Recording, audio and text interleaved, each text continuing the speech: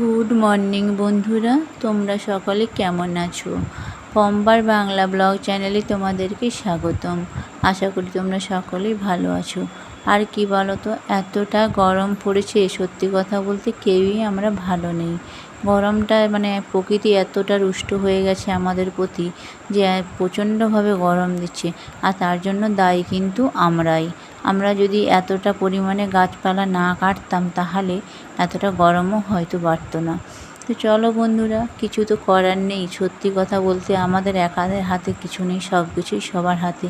তাই নিজেদের ভালো যদি না বুঝতে পারি, সেখানে আর বলার কিছু নেই। তোমাদের সাথে কথা বলতে বলতেই দেখতে পেলে যে আমি বিছানাটা গুছিয়ে নিয়েছি আর ঘরগুলো ঝাঁটও দিয়ে দিলাম। আজকের ব্লগটা একদমই সকাল থেকে শুরু করেছি। আজকে জ্যৈষ্ঠ মাসের শেষ মঙ্গলবার, তাই একটু পুজো দেওয়া আরে সব কিছুই আছে, তার জন্য ভাবলাম সকাল সকালই শুরু করি। আর সারাদিনের কাজকর্ম এত কিছু দেখানো সম্ভব হয়ে উঠছে না, গরমের চোটে তো একদম হাঁসফাঁস করে উঠছি। সেই জন্যই ভাবছি ছোটো ছোটোই ব্লগ দিই, আর মানুষের দেখতেও সুবিধা হবে তাতে। তাই কি নয় বলো? বেশি লং ভিডিও হলে পরেই কেউ দেখতে চায় না, সেই জন্যই ভিউজ কমে যাচ্ছে। তো আমি ভাবলাম ছোটোই ভিডিও দিই। তো দেখতেই পাচ্ছ আমার স্নান হয়ে গেছে। আমি স্নান করে সিঁদুরটা ঠেকিয়ে নিলাম, কারণ স্নান করার পরে যদি না আমরা একটু সিঁদুরটা ঠেকিয়ে নিই না, মনটা একদমই ভালো লাগে না। তো চলো স্নান করে, আর এই যে টিপটা দেখতে পেলে, টিপটা কি বলবো, ঘামেতে একদম খেসটা ভাব চলে এসেছিলো, তাই টিপটাও চেঞ্জ করে ফেললাম। আমি পুজোর জন্য এখন ফুলগুলো তুলে নিচ্ছি। আমার কত ফুল ফুটেছে দেখো, কাঞ্চন গাছে প্রচণ্ডভাবে ফুল ফুটেছিল। তো আমি সেখান থেকে কিছু ফুল, আর এই যে নয়নতারা ফুলগুলো আছে সেখান থেকে ফুল কিছু তুলে নিলাম। আর এটা ছোট্ট গাছের মধ্যে কী সুন্দর দুটো ফুল ফুটেছিল, সেইটাই আমি তুলে নিলাম। আর এত রোদ দেখো, রোদে যেন পুরো পাগুলো পুড়ে যাচ্ছে। বেলা 11টা বাজছে, কিন্তু তার মধ্যেই মনে হচ্ছে যেন 2টো বাজছে। আর পুজোর জন্য আমি এখানে সব জোগাড় করে ফেলেছি, তোমরা দেখতেই পাচ্ছ। এই যে আমার মা লক্ষ্মী আছে, তো আমি পুজোটা সেরে নিলাম। তোমাদের পুজোটা আর ভিডিওতে করতে পারলাম না, কারণ একলা হাতে সবটা করা তো সম্ভব হয়ে ওঠে না বলো। সেই জন্য পুজোটা আমি সেরে নিলাম। আর যেহেতু আজকে মঙ্গলবার, তোমাদের দাদা পুজো দিয়েই এসেছিলো মন্দির থেকে, মা কালীর মন্দিরে পুজো দিয়ে এসেছিলো, তো সেহারি বেলপাতা একটুখানি খেয়ে নিলাম। আর আমাদের সত্যি কথা বলতে জল এত গরম হয়ে যাচ্ছে না, কি করব বলো তো। ওই জন্য যে তোমার দাদার গেঞ্জি দিয়ে জলের বোতলগুলোকে ভিজিয়ে রেখেছি, আর তার থেকে একটা বোতল নিয়ে আমি একটুখানি গ্লুকন্ডি গুলে খেয়ে নিলাম। সকাল থেকে জল খাওয়া নেই তো যেন জীবনটা বেরিয়ে যাবে এরকম মনে হচ্ছিল। কিন্তু কি করব, ফুল যত স্নান করে ঠাকুরকে জল না দেওয়া পর্যন্ত, আর এই বেলপাতা না খাওয়া পর্যন্ত আজকে তো খেতে পারবো না। সেই জন্য জলটা পেতে কি বলবো, প্রাণটা আমার জুড়িয়ে গেল, এতটাই জল তেষ্টা পেয়েছিল। তো যাই হোক, তারপরে দেখতে পাচ্ছ 1 গ্লাস জলে আমার আর হলো না, আমি আবার একটা গ্লাস নিলাম।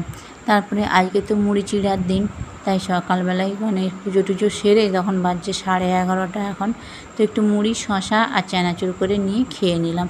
রান্না বিশেষ কিছু আজকে করবো না, যে পাঁপড় ভেজেছি আর পটল আলুর তরকারি। সকালবেলায় করেছিলাম ডাল পাঁপড় ভাজা, সেই খেয়ে আমার ছেলে স্কুলে চলে গেছে।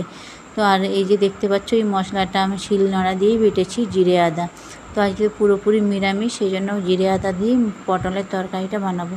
আর পটলগুলো কি বলবো, পাঁপড় ভাজার পরে যতটা তেল ছিল, আমি ভাবলাম পটলগুলো ছেঁকে তুলে নেবো, কিন্তু কি বলো তো, পটলগুলো সব তেলটাই টেনে নিচ্ছে। প্রায় 50-এর উপরে তেল ছিল কড়ার মধ্যে, অনেকটা তেল ছিল, তো সব তেলটাই দেখলাম পটলটা টেনে নিয়েছে।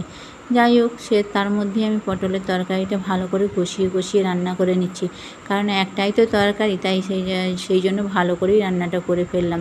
আর সত্যি কথা বলতে কি বলতো, তরকারিটা যখন হচ্ছিলো তো ঘরটা খুব সুন্দর একটা গন্ধ বেরোচ্ছিলো। তোমার দাদা তো বলছিলো যে কী রান্না করছো, আমি বললাম তরকারি। এই যে আজকের মেনু দেখতেই পাচ্ছ, পাঁপড় ভাজা, একটু ডাল, তরকারি আর দই, এই হচ্ছে মেনু। আর এই যে আমার চিড়ে আর গুড়, দই, এইটাই হচ্ছে আমার আজকের খাবার। তো আমি খেয়ে নিই। আর তার সাথে তোমাদের বলি যে হ্যাঁ বন্ধুরা, তোমরা পুরনো বন্ধুরা যা এতক্ষণ আমার ব্লগটি দেখার জন্য তোমাদেরকে অনেক অনেক ধন্যবাদ।